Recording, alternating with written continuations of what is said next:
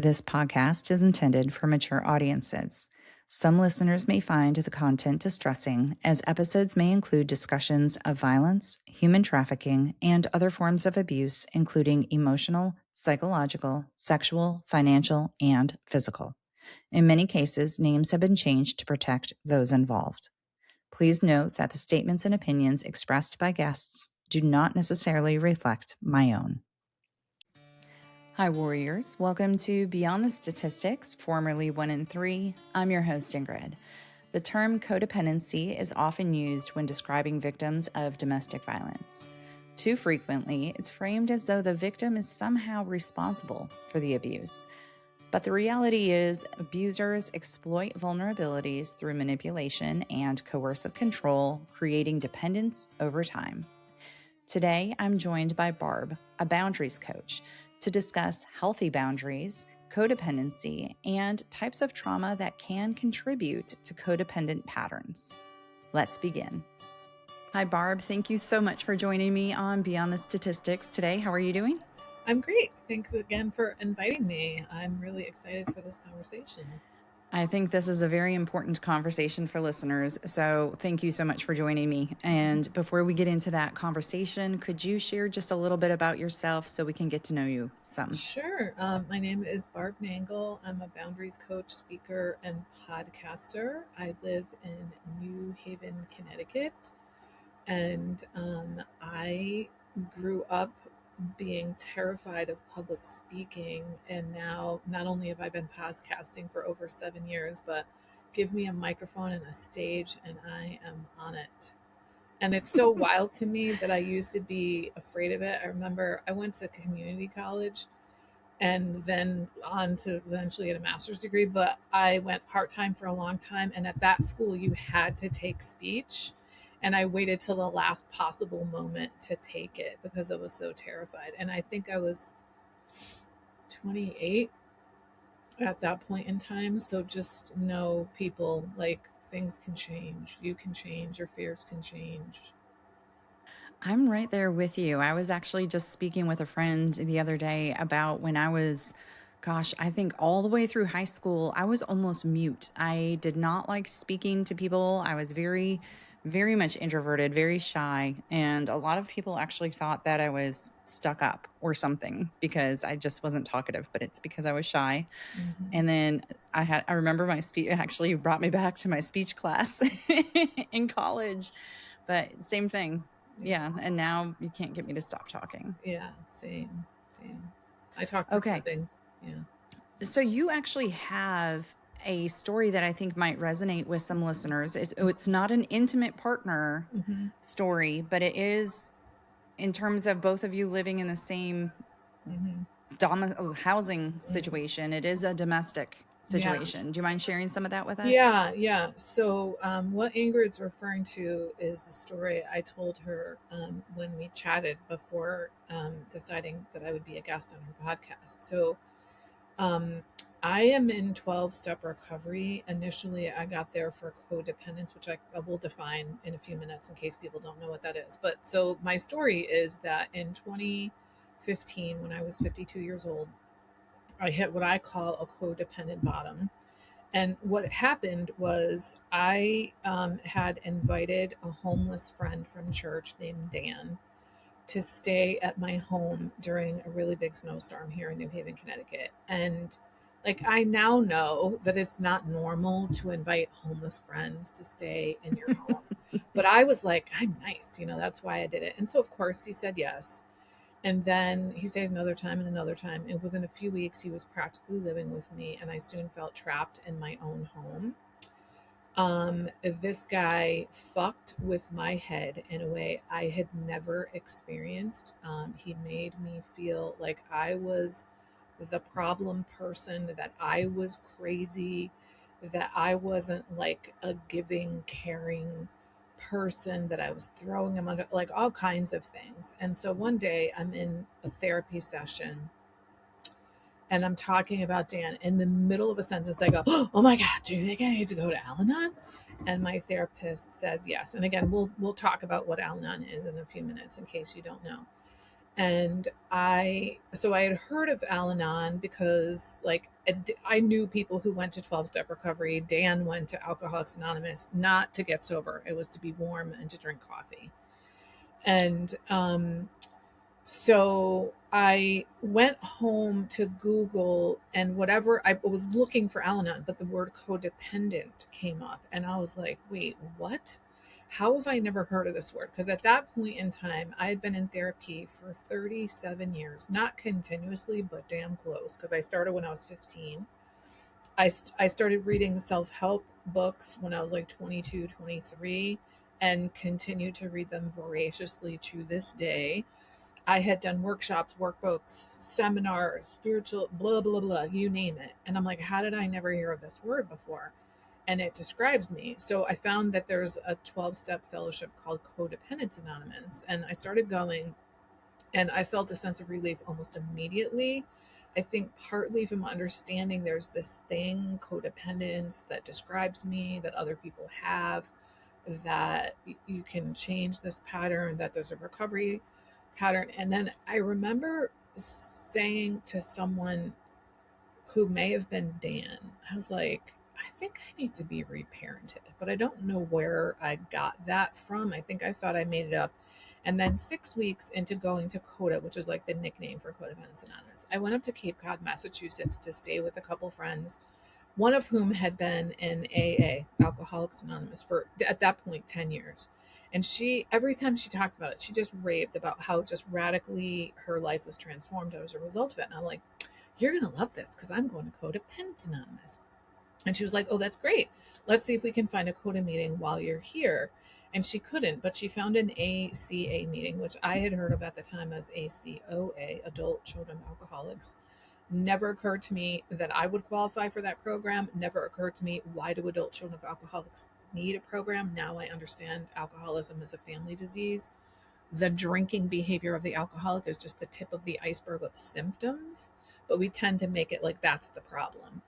And so I went to an ACA meeting with her because she is an adult child of an alcoholic. And I walk in the opening readings, they said, we reparent ourselves. And I was like, wait, what? And then they read the list of the 14 traits of an adult child.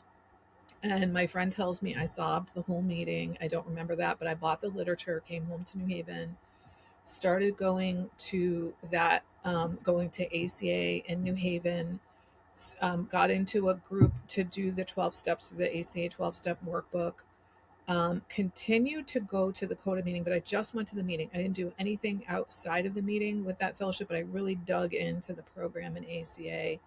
And I was just astonished at how much I learned about myself. So the way I think about it, Ingrid, is that all of that personal development work I did for 37 years before recovery, like scratched the surface of the iceberg of my life, and recovery melted the iceberg of my life. And I think that's because one, the 12 steps of recovery are an amazing technology for human change. Two, I came to understand that that intergenerational family dysfunction was the problem, and the result was childhood trauma. And ACA, I now describe it as a trauma recovery program where you reparent yourself and use the 12 steps to recover.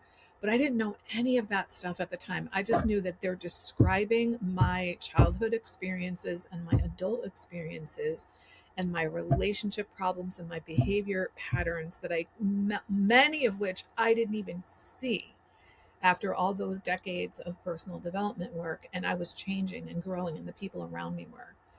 And about a year into that journey, I decided to let go of going to CoDA meetings because it just wasn't, it was like maybe a 75% fit, and ACA was 100% fit. And it turned out that that was, I call it a higher powered moment, because one of the women I was doing the 12 steps with in ACA had started sharing about her relationship with food. She started going to Overeaters Anonymous. And I was like, wow, like hearing her, I was like, oh my God, other people think like that. Other people do that. I didn't know that other people had a relationship with food because people don't talk about that stuff. And so, long story short, she invited me to go to an OA, Overeaters Anonymous workshop. And I came out of there going, oh my God, I'm a compulsive overeater. I didn't even know that was a thing. And so I joined that program, and I'm now down over 100 pounds from my top weight. I've been at my goal weight for 8.5 years. And in that program, we refer to it as abstinent, which is equivalent to being sober in an alcohol program. So I've been abstinent for over 10 years. And so I've done the 12 steps in both programs and just been, really transformed. And all of this was happening while I worked full time at Yale University. My career was there. I was a program coordinator for urban education, prevention, and policy research, primarily running college access programs. And about 2.5 years into my recovery journey, I got laid off from Yale, and I found my way into the world of startups, innovation, and entrepreneurship in New Haven and at Yale. Started my own business, started my podcast really specifically to be like, there's tons of wisdom in 12-step recovery, none of which I've ever heard of, never thinking that the podcast would have anything to do with my business. And it's now the number one way that I get clients. And became a coach. Didn't know, I mean, I literally stumbled my way here, and here I am 8 years later, still going, and didn't know you need to have a niche and all that. And then when I realized that, it just made sense for me to be a boundaries coach, because I think of my core wound as being codependence, and boundaries are basically the antidote to that. So learning how to build healthy boundaries came to me almost as a byproduct of doing the 12 steps. And as I got a better handle on them, I did a lot more reading and learning about boundaries. And I would make drawings, because I'm a visual learner, to depict what I was reading about. Like, if this was in the physical world, what would it look like when I was reading about boundaries? And it helped me retroactively understand what happened such that I didn't have boundaries, and then what happened such that I did build them. And those drawings turned into handouts, which turned into a workbook, which is now the backbone of my boundaries coaching program. And so that's like the gist of the story, how I got here. I'm sure there were other things that will come out in my story. There's obviously a lot more than that, but I know we want to kind of get into defining some things, and get people some like actual concrete information that will help them actually move forward in their lives, potentially change their behavior, all that kind of stuff. Yeah, because I think codependency is often connected, or people will say that you're codependent in these abusive relationships. And I definitely want to get into that, because I don't want people to take that as they're part of the problem, or they're deserving of what's happening to them. Mm-hmm. But just because we need to quiet my own curiosity, what happened to Dan? So it's hard to remember all the details, because it was a very volatile time of my life. But and I remember specifically saying this to you, and I will describe like the moment. So I have a finished basement. I'm in my basement, and my washer and dryer is right there, and that's literally where I fell to my knees, right there. There was an interaction with him. I have no idea what was going on, and my knees literally buckled, and I fell to my knees, and I said to him, I'm having a flashback. I don't know how I knew to use that language. I meant an emotional flashback. I never even heard of an emotional flashback. I don't know how he knew how to name it. He thought I was having a drug flashback, which, I mean, I've done a lot of substance use, but never anything that would give me a flashback. And he like leapt into action. He was like, get in touch with your senses. What do you smell? What do you see? What do you hear? And I remember that was helpful, but he was the laziest mofo I have ever met in my entire life. So to see him leap into action was so jarring. And I think the way that I would describe that moment of my knees buckling, it was the moment where I need to get rid of him or I'm going to die. And I can't let go of him because I feel responsible to save him, and I'm going to die if I don't save him. And those two forces like collided in me and made my knees buckle.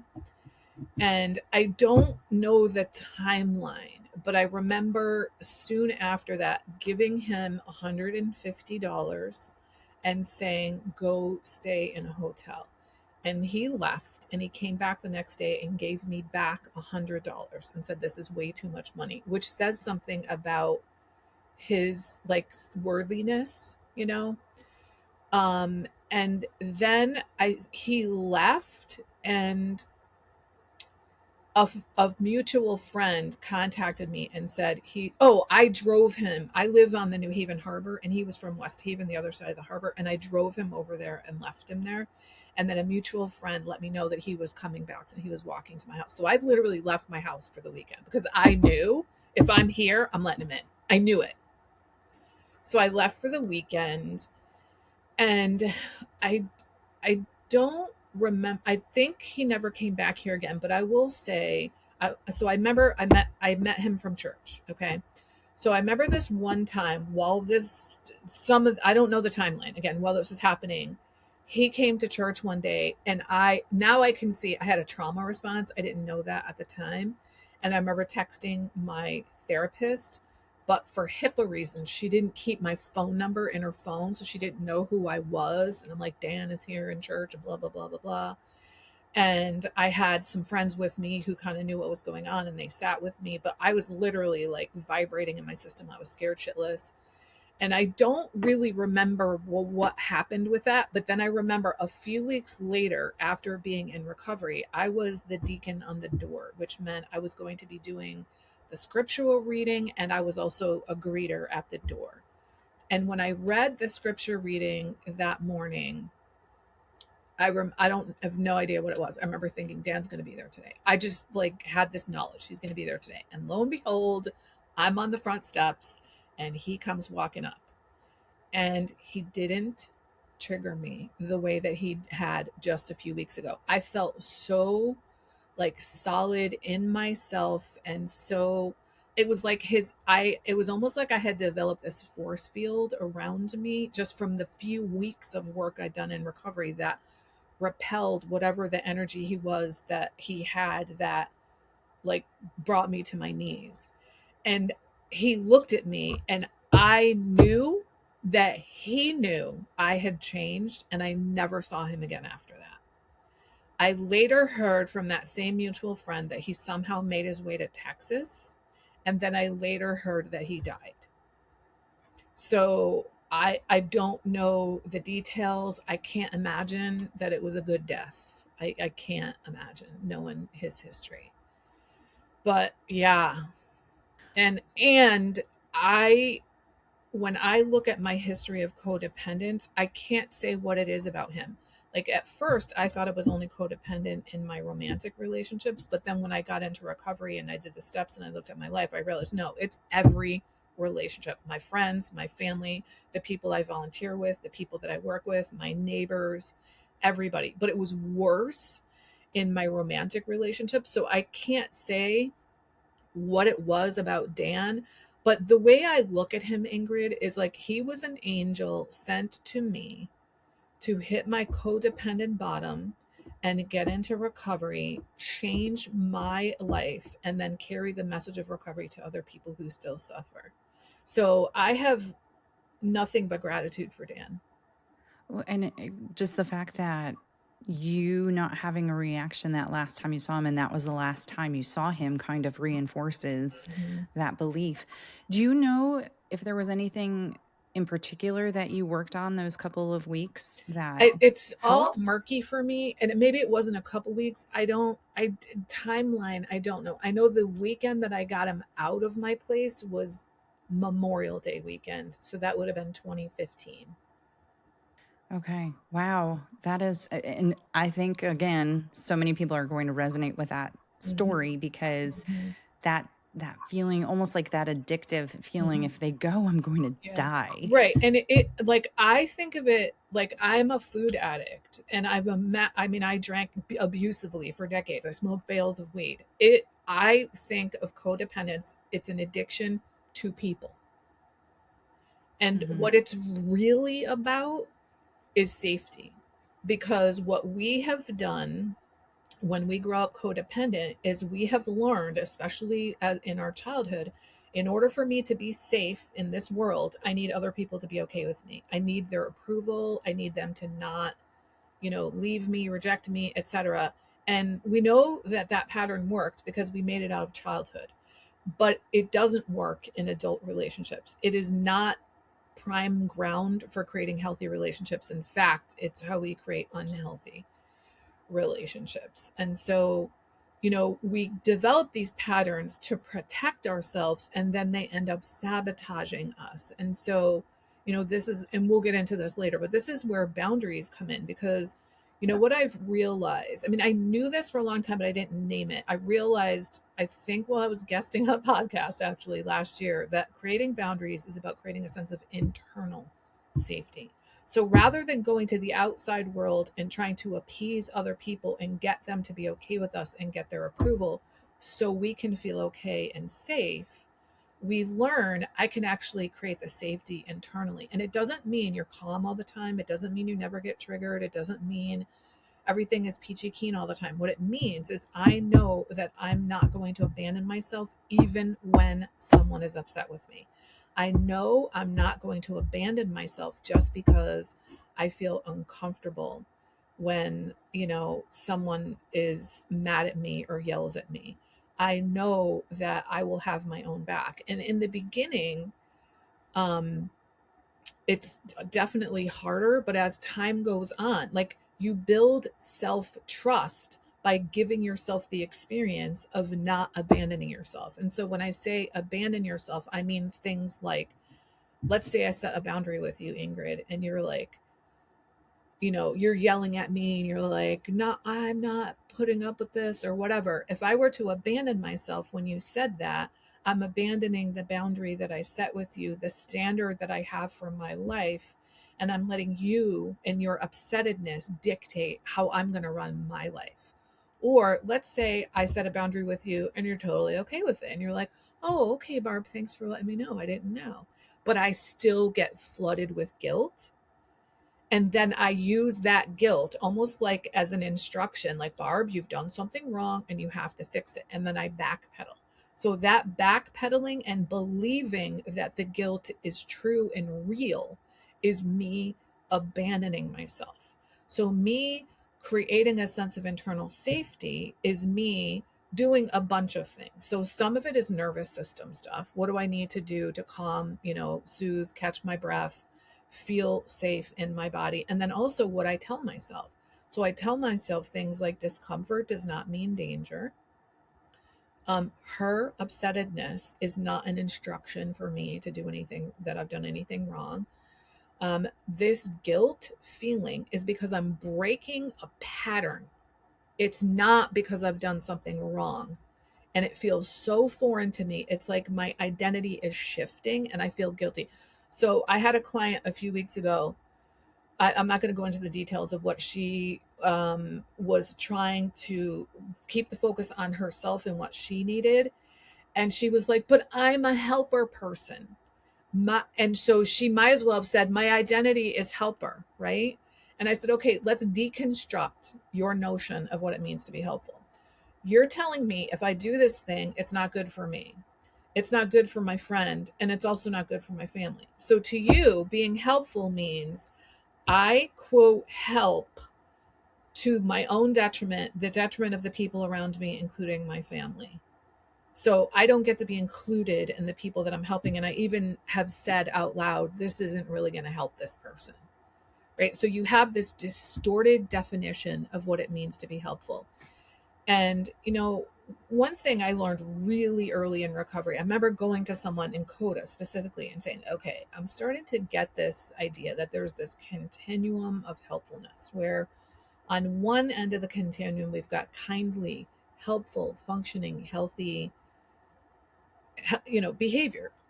The other end, we've got dysfunctional, rescuing, fixing, enabling, unhealthy behavior. And I said, I'm starting to get the difference. It's in that middle part of the continuum that I'm confused. How do you go from just being a normal, helpful person to all of a sudden you're rescuing? And they said, well, it really depends on why you're doing it, Barb. Are you helping them because you really want to be helpful? Are you helping them because you want them to like you? And I was like, I'm helping them because I want to be helpful. And I meant it. And then let me tell you something, Ingrid, that question percolated and I started observing my behavior. And it wasn't I want people to like me. It's that I wanted their approval. I wanted them to think that I was helpful, that I was reliable, that I was dependable, that I was a woman of my word. And I cared more that they thought that than I cared about being helpful. So I cared more about being perceived as helpful than I did being helpful. And if you really just want to be a helpful person, you're going to stop at the point where you are filled with anxiety, you're filled with resentment, you're completely drained. You are asking yourself why you're doing, like, people that are just regular helpful stop before it gets anywhere near there. So if you're telling yourself I'm doing this because I'm helpful, yet you're filled with resentment, which is a fantastic indicator that I call it a diagnostic tool. It's time for a boundary or it's time to shore up a boundary. Now, resentment can mean other things too, but it's very, like, if you're a helper and you're resentful about helping, ding, ding, ding, ding, ding, time for a boundary. So that understanding that I was being helpful really ultimately because I needed people's approval, and then understanding the reason I need, with clause, need their approval is because that's what makes me feel safe in the world. It's my identity. I am a helper person. And so when I stop being as helpful, like bending over backwards and super accommodating people, I'm disrupting this identity I have as a helper person. And that's where the guilt comes from. So the best way to get rid of the guilt is to stop abandoning yourself. I remember somebody shared a reel with me like a couple years ago from a therapist, and she said the guilt we feel when setting boundaries is proportional to how much we abandon ourselves. In other words, if you want to stop feeling guilty when you set boundaries, stop abandoning yourself. And it is hard. It is really hard, but it's worth it. So it's about building this sense of internal safety and building self-trust. So I know when I got in recovery, I did not trust myself. I didn't realize I didn't love myself. I think I liked myself. I didn't love myself. And I didn't have self-worth. I also didn't know I didn't have self-worth. If you had asked me before recovery, do you feel worthy, Barb? I would have been like, absolutely. No, no, no, no, no.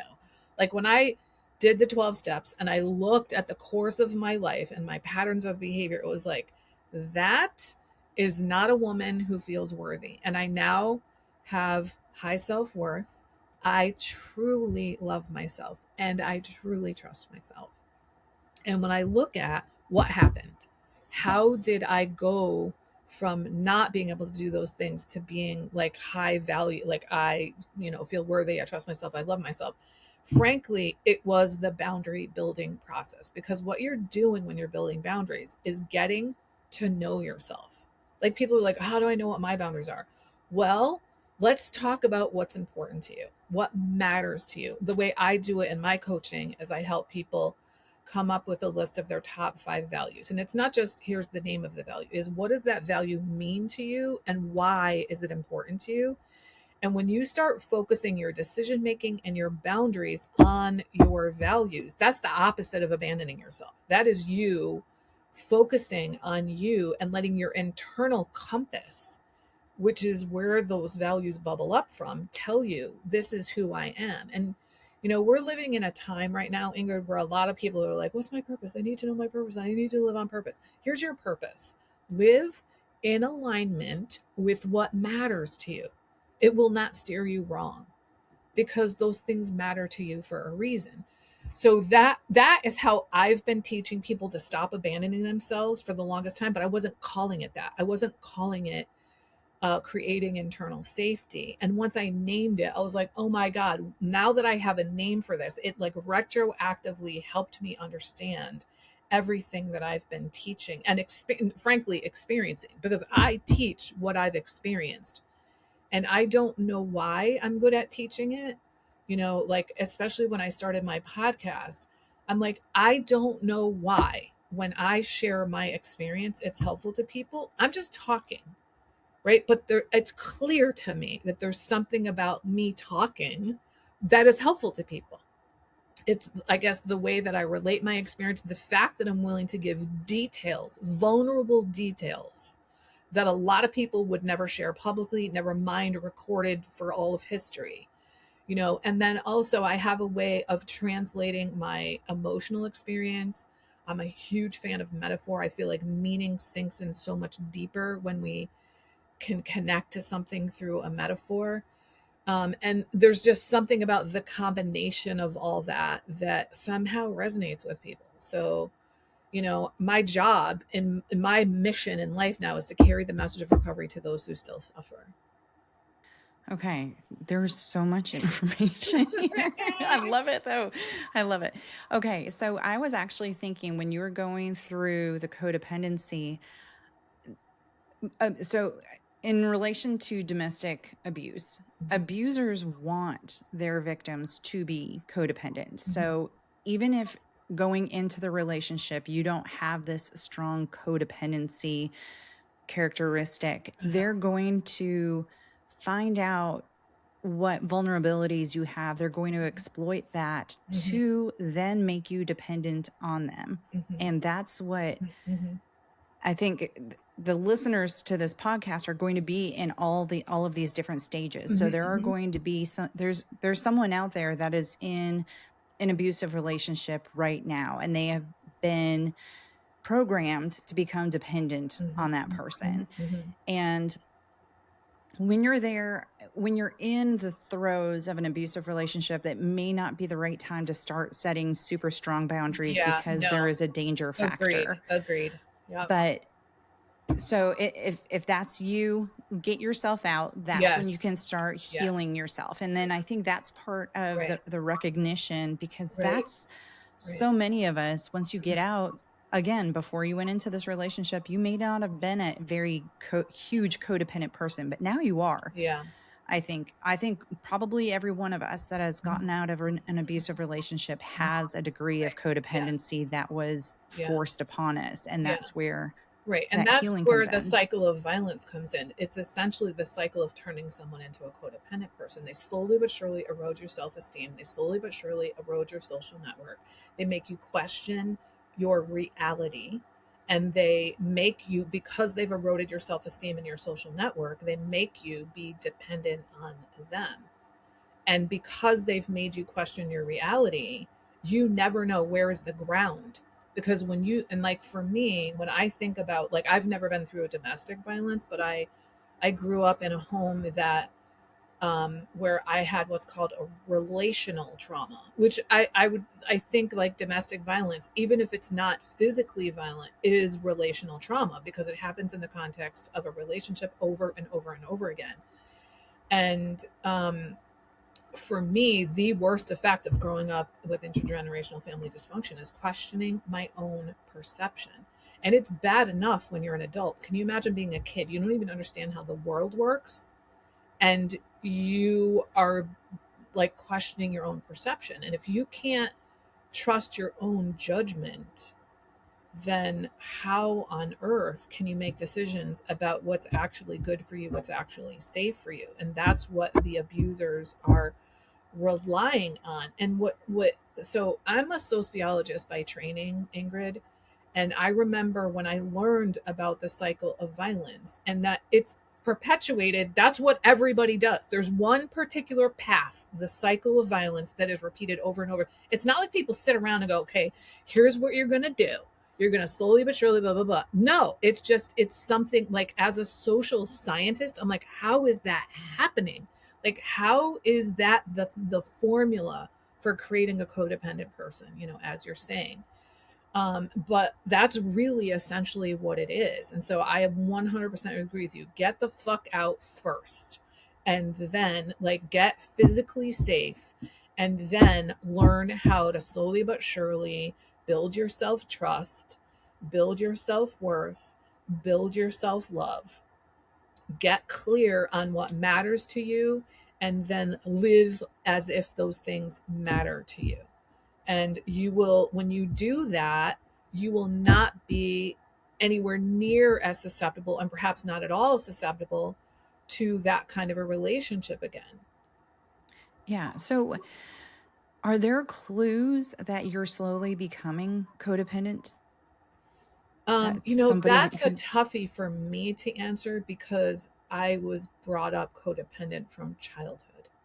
right? So I think, you know, rather than saying that you're becoming codependent, I can say some signs of codependence. So, like, the most important one is you care way more what other people think of you than what you think of yourself. What someone else, but usually it's not just one person. But in the case of domestic violence, it could very well just be that one person. If you put a lot more credence to what they think of you than to what you think of yourself and what you know of yourself, you're probably codependent. If you are focused way more on what are they doing, what are they thinking, especially what are they thinking about me, and like recall, like I'm normally, these are the same things I say outside of a podcast on domestic violence. This is true whether there's domestic violence or not. I think it just takes on a different flavor in a domestic violence situation because there's a very clear pattern of someone doing this, maybe not consciously on purpose, but it's on purpose, right? And so you're focused basically externally. You're not paying attention to yourself. You neglect yourself. You neglect your needs. You justify they need it more than I do. They know better than I do. Their feelings matter more than mine. And so a huge part of learning how to build healthy boundaries is taking that focus from the external world and bringing it internal.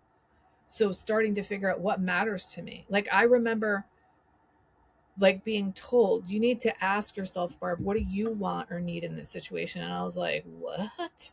Like I've never asked myself that because I'm a helper. I'm always like, what does he need? What does she need? What do they need? What does the situation need? What does the organization need? What does the cause need?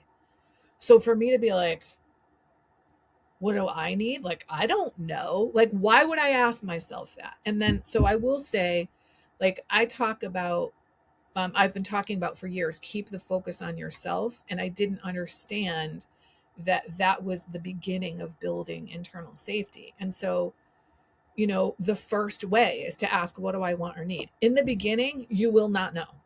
Keep asking. And then, even when stuff starts to bubble up and you start to realize what you know, you're probably not going to give it to yourself. That's okay. Keep asking. And then eventually you will, and then you won't, and you will, and you won't, and you won't, and you will, and you will, and you won't, and you will, and you won't, and you will, and you will, and you will, and you won't. Right? That's human behavior change. That is how behavior changes. But if you ask yourself once, what do I want or need, and you don't know, don't give up. Just keep asking, what do I want or need in this situation? And you'll start to realize things. And again, now I'm talking about you're out of the violent, threatening situation. You are out in the world, you are safe, you are starting to build things. You start to realize, you know, this makes me really uncomfortable. And instead of just plowing through, I feel really uncomfortable, you honor that. You know, so one thing that I've realized is that I don't like gigantic social gatherings. I would much rather go to a party with like 6 people than a house party. And I now know that about myself. And so instead of going anyway and feeling like creepy and weird and uncomfortable and can't wait to leave, or like when I was a compulsive overeater, standing in front of the food and just eating the whole time, or serving people. That was the other thing I'd always do, to give me a role because I'm a helper person.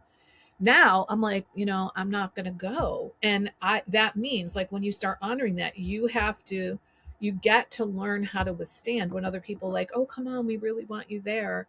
Like it's just not, you know, it's not my thing. I don't really like a big, like when you have a small gathering, I'm happy to be there, right? So you learn something like, I don't like going to really large parties, but you're probably going to still go for a while. And maybe even from time to time you might, but you might put some boundaries on it for yourself. Like tell yourself, I'm going from 7:30 to 8:30 and I'm leaving.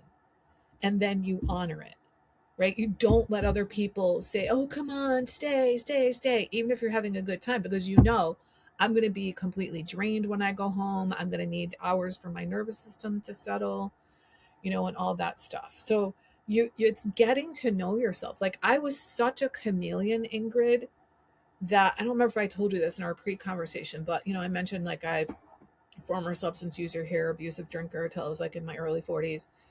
I started drinking beer as a teen. That's what everybody drank. Well, then in my 20s, I dated a guy who was a wine connoisseur. So I learned all about wine. I started drinking wine. Well, then I dated a guy who drank Jack Daniels. So I drank Jack Daniels. And then I dated a guy who was a beer connoisseur. And I learned that I really like Belgian wheat beers. I didn't even have my own damn drink. So the way I think of it, Ingrid, is there was a lot of Barb that was up for negotiation. And that's just one thing. There's so many ways that I compromised myself and just kind of fit in. And I was proud of being a chameleon. And now I'm like, oh, you don't know who you are when you're a chameleon. Like you think you fit in everywhere, but you really don't, and you start paying attention to that and being like, this really isn't okay with me. I don't like this. And then you honor it.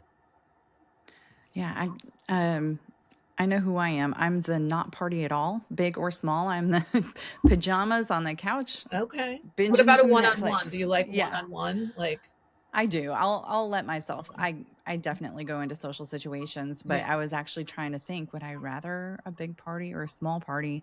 I'll go to either one. Yeah. And I know that in the back of my mind, I'm so looking forward to just getting back into comfy clothes and just vegging out. Yeah, I'm thinking the last party I went to was very good. Dear friend of mine, and I knew a bunch of friends were going to be there. It was on New Year's Eve, and it was a totally sober party, which that's only I only go to sober parties, and it was too much for me. And but I went because I FOMO, didn't want to miss out because a bunch of this is actually a friend from recovery, so like there was like 12 of us from our ACA women's meeting that were there, and we did a picture, and then after we did the picture, I was like, I'm out.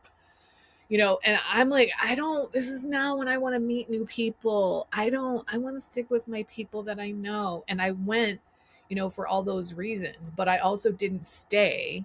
Like, I didn't stay till midnight. No, no, you know what I mean? So I went, but if it was somebody else and I knew it was going to be a big, huge party, no, I'm not doing it, Well, and it doesn't necessarily mean that my comfort zone is sitting here on the couch, that I should never, ever, ever do anything else, that I'm ignoring my boundaries if I do, because I also actually do enjoy pushing myself beyond my comfort zone because that opens up doors to different opportunities. Yeah. So, okay, we've talked about codependency and healing and setting boundaries. Are there other tips on boundaries before we move into different forms of trauma and identifying that? Yeah, I mean, I think like people ask me like, how do I start? And I think the best way to start, like I wish I knew this. I didn't even know I was setting boundaries or building boundaries when I was doing it. It was after the fact. I was like, oh, these are boundaries. So I would say starting with yourself first, because setting boundaries is behavior change. You're going to have feelings. So you might as well have these feelings come up when no one else is involved so that you can process them on your own. So I'll give you an example. One of the first boundaries that I was then aware, this is me setting a boundary, was I was working full time at Yale. I would go into my personal email for some reason, and there would be an email from my ex-boyfriend, and I would feel compelled to open it immediately, and I'd be pissed off at him because he interrupted my day, and then I would like flare off a response to him, and I'd be like, and I'd be pissed at him for interrupting my day. And then I came to realize, like, he's not interrupting my day. I am, because I didn't have to open that. But I swear to God, Ingrid, not dumb, but I needed my friends in recovery to say, Barb, you don't need to open that email. And I was like, wait, but he's going to think I'm a bad person. They were like, he's not going to know when you open the email.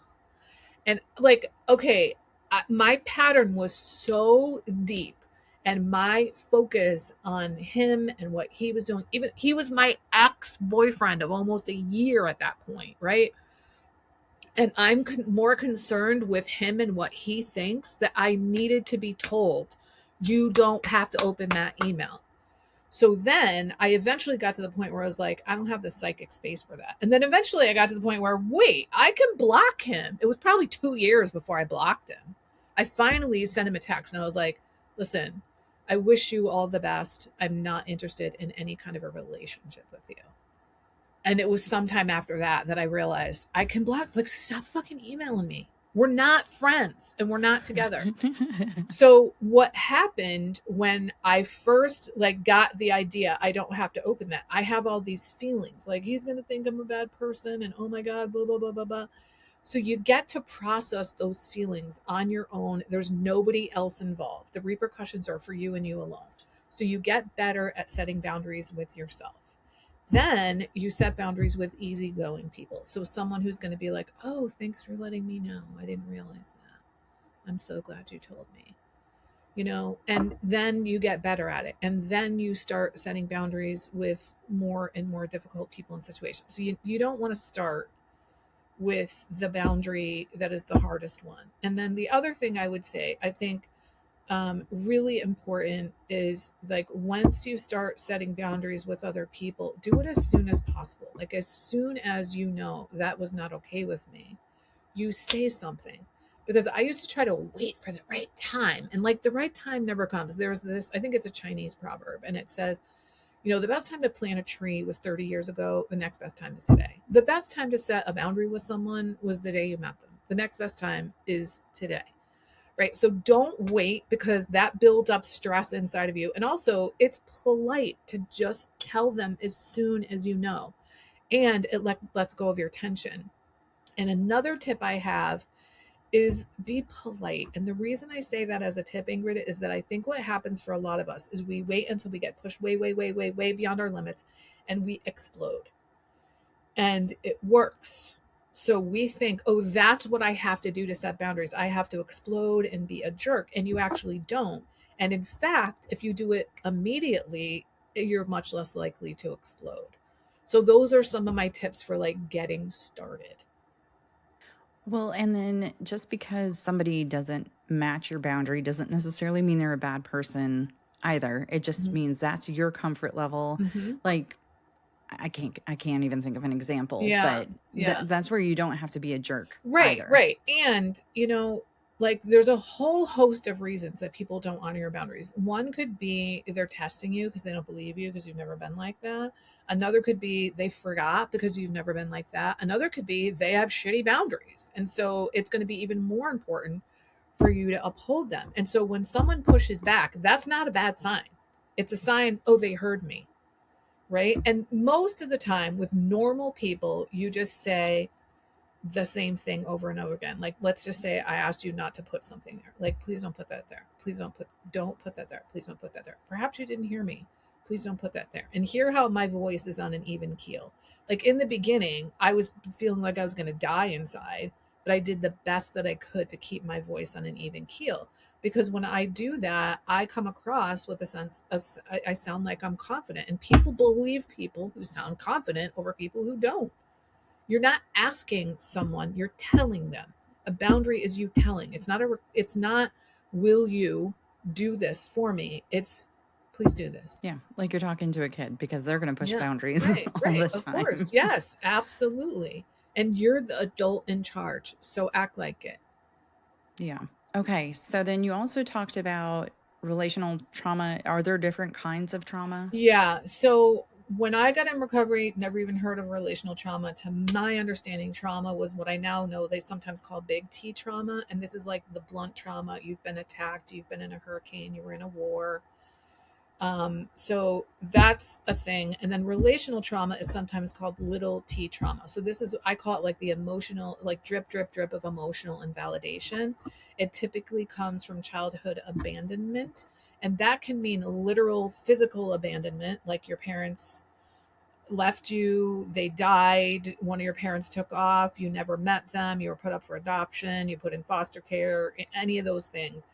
So not everybody that has childhood, relational trauma has that kind of abandonment, but everybody that has childhood, trauma, the relational trauma has emotional abandonment. So this is so the way that it sunk in for me, okay, this is true. Because I was like, when I heard some of the like brutal stuff that was happening to when I first got in recovery, I heard some really heinous stuff that happened to people. I was like, none of that happened to me.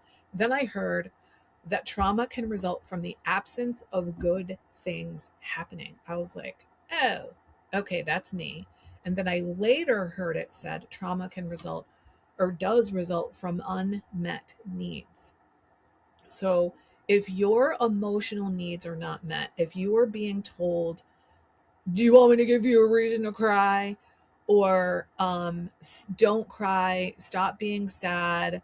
Or if it's just really clear, your parents, like if your parents are like really super strict, if they're mean, if they are physically abusive, if they're, you know, addicts, alcoholics, if they have mental illness, sometimes even if they have chronic illness, they don't have the capacity to be there for you and your emotions because they don't have the capacity to even process their own emotions. That's why this is called intergenerational family dysfunction. So one of the huge things that happened for me in my recovery, Ingrid, is I had a gigantic chip on my shoulder about my dad when I got in recovery, and I have so much more compassion for him now. Now, I think intellectually I understand my parents did the best that they could. I really truly get now my parents did the best they could. It wasn't good enough. That's different, right? So they did the best they could and it wasn't good enough.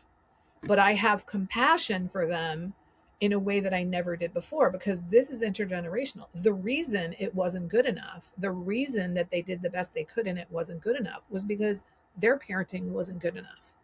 How far back do we go? You know, like back to Adam and Eve? We don't know. Like, I don't even really believe in Adam and Eve, but anyway, you know what I mean? Metaphorically, you know, first woman and first man, you know, so there's no blaming. And the thing is, we get to take responsibility for our own healing and growth. If you spend your entire life being pissed off and blaming your parents, you're going to have zero energy for taking the reins of healing your own self and stopping the intergenerational family dysfunction at this point. Even though, like, I don't have children, I'm never going to have children, I'm still stopping it. You know, it's maybe not in my there's no family legacy after me, but I'm stopping it in the world by helping people understand this is what happened to you. Here's how you heal and change and grow and then help other people. So, when somebody's not meeting your needs, obviously, when you're a child, you kind of have no choice in the matter, really, and you're stuck with it until you're old enough to make decisions on your own or live on your own. But as an adult, and not even necessarily a romantic partner, but if there are family members or friends who are not meeting your needs emotionally, when, like, is there a limit where you say, you know what, I just need to exclude them from my life now? There's no more boundary setting. I just need to go. Yeah. So before I say more about that, I want to share a phrase that I heard on a podcast early in recovery, and it just completely blew my socks off. And it was this: let go of your expectations of others and meet your own needs. And I was like, what? So at that time, I was starting to get a handle on the fact that I have had wildly unrealistic expectations of myself, other people, and the world. Like, I have very high standards for myself. That's okay. But to have impossible standards, not okay. I expected other people to do things my way, to listen to me. I expected, like, the political system to operate fairly and the educational system to operate fairly. And I expected the fucking cap on my toothpaste cap to snap closed when I snapped it closed, you know? And so, like, I was starting to understand this idea of letting go of my expectations. And I found that for me, I often didn't know I had an expectation until it was violated. It was like, oh, that was me expecting XYZ. But that second half of that sentence, let go of your expectations of others and meet your own needs, I was like, whoa, what does this mean? So what it often means is you set a boundary. Because if you aren't telling them this isn't okay with me, how can they know? And when we don't set boundaries with people, we often try to manipulate them to get them to do things because we don't want to come right out and say, that doesn't work for me. That's not okay with me. So we get to stop manipulating, learn how to communicate directly, and meet our own needs. So I'm going to give you a really, this is going to seem like a dumb example, but life is made up of these mundane examples. So I am now in the first and only healthy romantic relationship of my life. We've been together for 7.5 years. And I can now see that my boundaries have everything to do with me being able to even be in, because I know who I am and I know what's okay and not okay. And I can articulate that. And I have standards and I uphold them. Right. So my sweetheart, all of the blankets at his house are either these scratchy wool blankets or they're down comforters and they make a lot of noise. And I like silent, soft bedding. Right. So before recovery, if I had been dating him, then I would have expected that he should not only know that I like soft, quiet bedding, but he should have that. And every time I went to use a blanket, I would never say anything, but I would hold him accountable and I would give him like an emotional toll for doing that. And I would basically build a wall of bricks between him and I. Now multiply that times the 10,000 other things that I'm not telling him, right? But now that I've learned to let go of my expectations of others and meet my own needs, I bought a blanket that I brought over there and it's nice and soft. And I said, this is my blanket. When I'm not here, use it to your heart's content. But when I'm here, this is my blanket. So I let go of my expectations of him and met my own needs. Now I could have tried to meet my needs by saying, can you get a soft blanket? And maybe he would, and maybe he wouldn't. But I decided to really do it on my own. Here's another example. So my sweetheart is a former commercial photographer. So everything visual is like, he's a super, he notices stuff like earrings, nail polish, eye makeup. It's like, and I've never met a heterosexual man like this ever, right? So this one day I put on this brand new blouse and he was here visiting me and I go downstairs and I could tell he was kind of in a pissy mood. And I realized that I expected him to say nice blouse and he didn't. So I went upstairs and I looked in the mirror and I was like, nice blouse, Barb. So what I wanted, my need was affirmation or, basically affirmation, right? So I gave it to myself. Now I could have said to him, what do you think of my blouse? And I know him. He would have said, oh, it's really nice. So I could have, quote, met my need that way, but I chose to entirely do it on my own. And these may sound like dumb examples, but life is made up of this stuff, of these thousands of moments like this, And so we get to meet our own needs. And so here's another example that I think goes to answering your question of how do you know when to let him go? So now things have changed with my brother in the last year. He's literally upstairs. We were completely disconnected for years, and we have reconciled and reconnected in a way that I never thought was possible. But when I first got in recovery, I thought that I could go visit my brother and say, I don't want to talk about your job and I don't want to talk about politics. Even though he and I agree politically, he's volatile about it, right? He was like all this stuff. And I thought that I could say that to him and that was me setting boundaries and he would go, oh, okay. Nope. Because I'm the one who doesn't want to talk about his job and I'm the one who doesn't want to talk about politics. So a couple of times I went and I was like, as a reminder, I want to talk about these things. And he could go like, I don't know, 2 minutes without talking about those things and he couldn't do it. So when I finally was like, oh, these are my boundaries, not his. I can't turn him into someone who doesn't talk politics and doesn't talk about his job. What can I do? Oh, well, I can reduce the amount of time that I'm around him. I can go see him less frequently. And I finally realized I have like a 59-minute window with him. And then eventually it was 0. I just couldn't even be around him. And I got disconnected with him for years. So you try over time because you don't, like a lot of times we don't know where our boundary is until we experiment. I know that one of the first times that I was setting a boundary, I went like this, wham. And as soon as I did it, I'm like, oh my God, that was way too harsh. Now, if I had known it was going to be too harsh, that's not the boundary that I would have set. I only knew once I did it. And so I realized, oh, I want to be a little softer next time. Like that, it's an experimental process to do that. So just like your own boundaries are going to be experimental, your boundaries with other people are, you need to experiment with that too. So I realized over time my idea of what setting a boundary was wrong. That was me trying to control someone. That's not a thing. You can't do that. You can only control yourself. So you're the one with the boundary. What are you going to do? So since I deal with a lot of people in recovery, and the classic codependent is someone who's in a relationship with an addict or an alcoholic, people think you can't drink is a boundary. No. If you drink, I will not give you money. I will not pick you up. I will not make excuses to your boss. I will not do your laundry, whatever those things are. If you drink, I will. Right? So a boundary has a consequence. Saying you can't drink is you trying to control other people, and that isn't a thing that's possible. Well, and then how they respond to your boundaries is then what ends up leading to dictate whether or not that's somebody that you need to cut out or Right, remove. exactly. Right. So if you have someone who just constantly pushes and will not take no for an answer or whatever, then that's feedback to you. Like, this is probably not a person I want to continue having in my life. But what boundaries do is, like, I've hopefully gotten the point across. It's you getting to know yourself and then communicating what you know. So let me tell you something that happened at the very beginning of my relationship, which set the tone.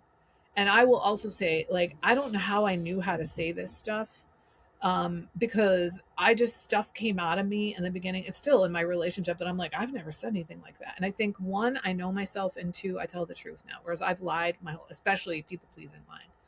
So about 3 weeks into my relationship with my sweetheart, I had invited him to go to something with me, and it was in the evening, and he never responded, and he'd never done that before.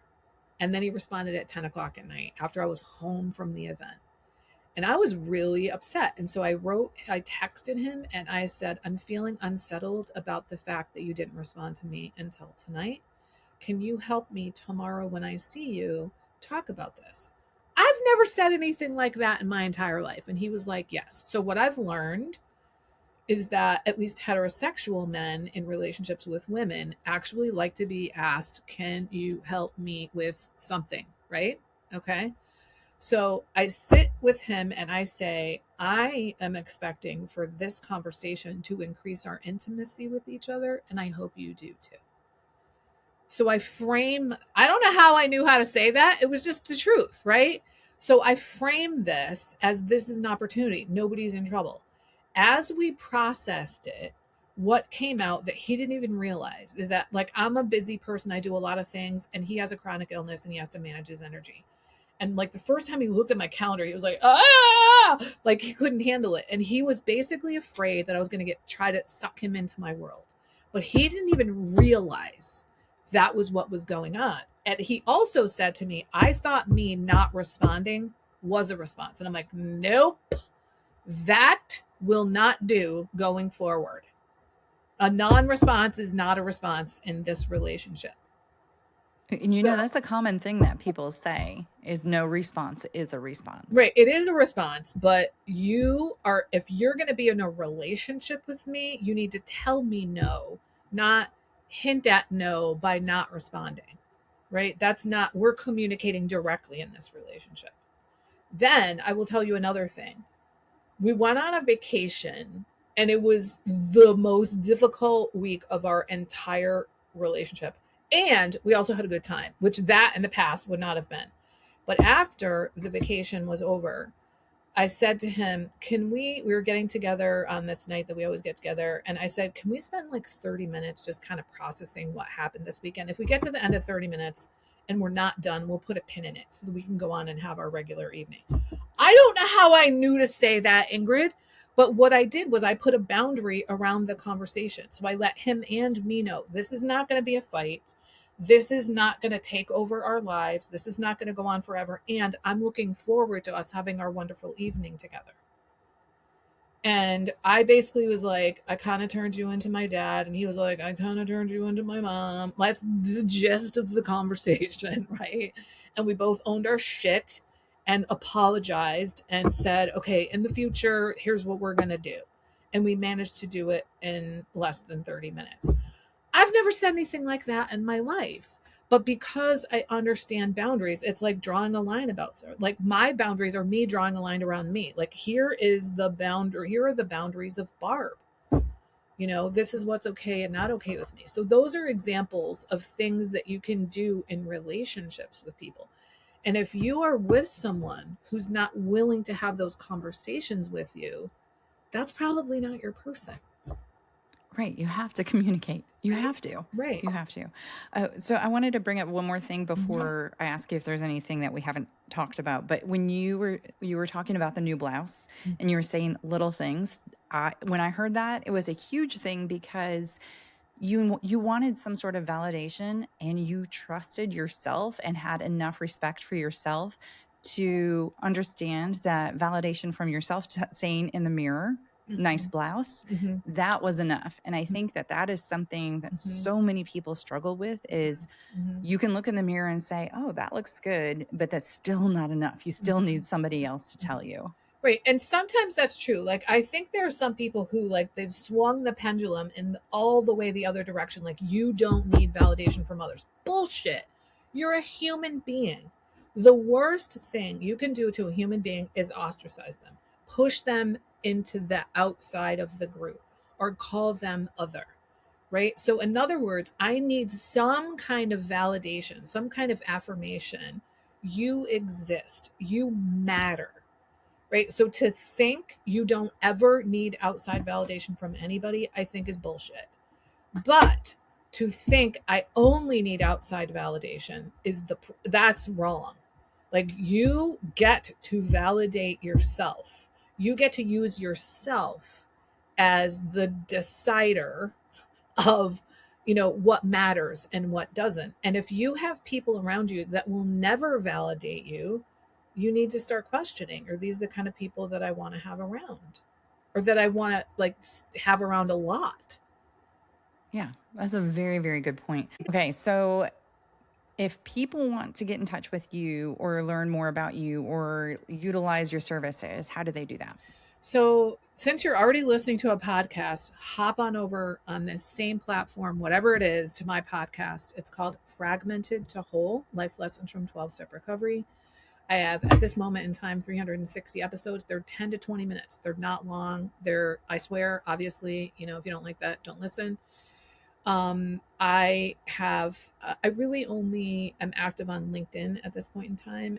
I'm at Barb Nangle, and I actually just created something called the Internal Safety Resource Pack, specifically for podcast listeners. So they can go to my website, higherpowercc.com/pack.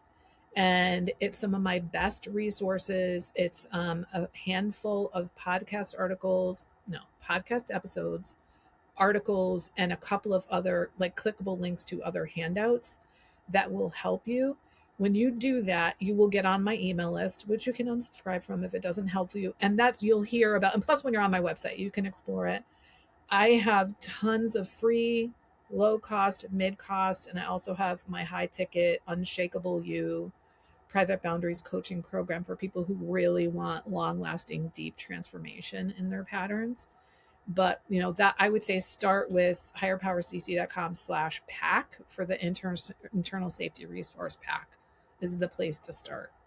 Okay, fantastic. And in closing, do you have any words of wisdom or encouragement that you want to specifically leave with listeners? Yeah, I want to say that discomfort does not mean danger. So, and I wish I said this earlier because this is going to be more than a minute. There's two different kinds of discomfort. So there's the discomfort of dysfunction, from you not knowing how to have healthy relationships, where you're constantly upset or catastrophizing or blaming or complaining, and in unfulfilling relationships. And that dysfunction, unless you do something drastic to change your ways, is going to last forever. And it's probably just going to get worse over time.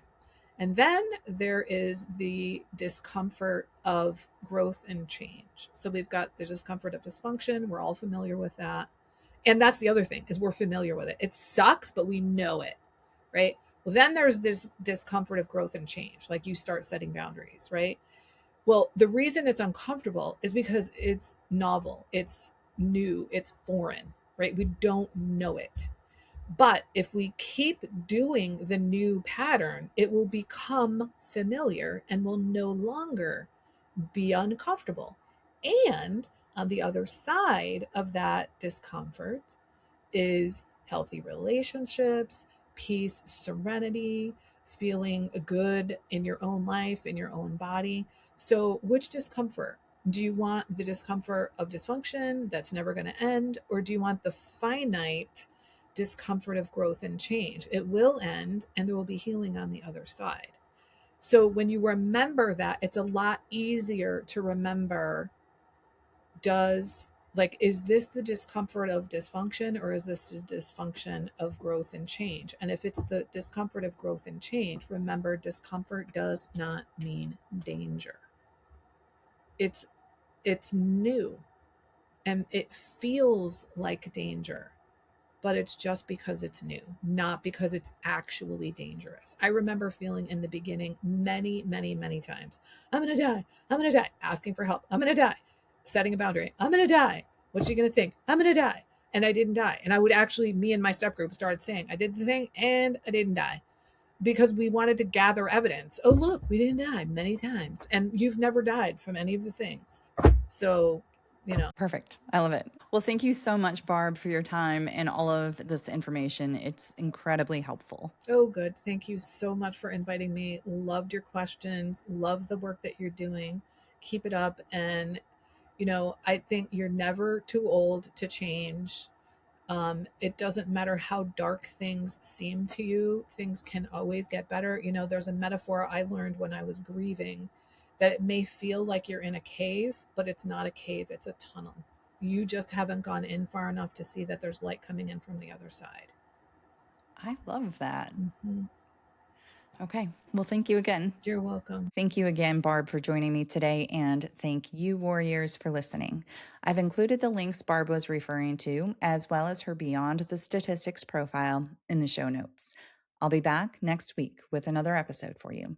Until then, stay strong, and wherever you are in your journey, always remember, you are not alone. To learn more, explore episode resources, browse the collections, or register as a guest, visit beyondthestatisticspodcast.com. If today's episode meant something to you, please share it with someone who may need it. Don't forget to subscribe, leave a review, and follow Beyond the Statistics on social media. Beyond the Statistics is a .5 Pinoy production. Music written and performed by Tim Crow.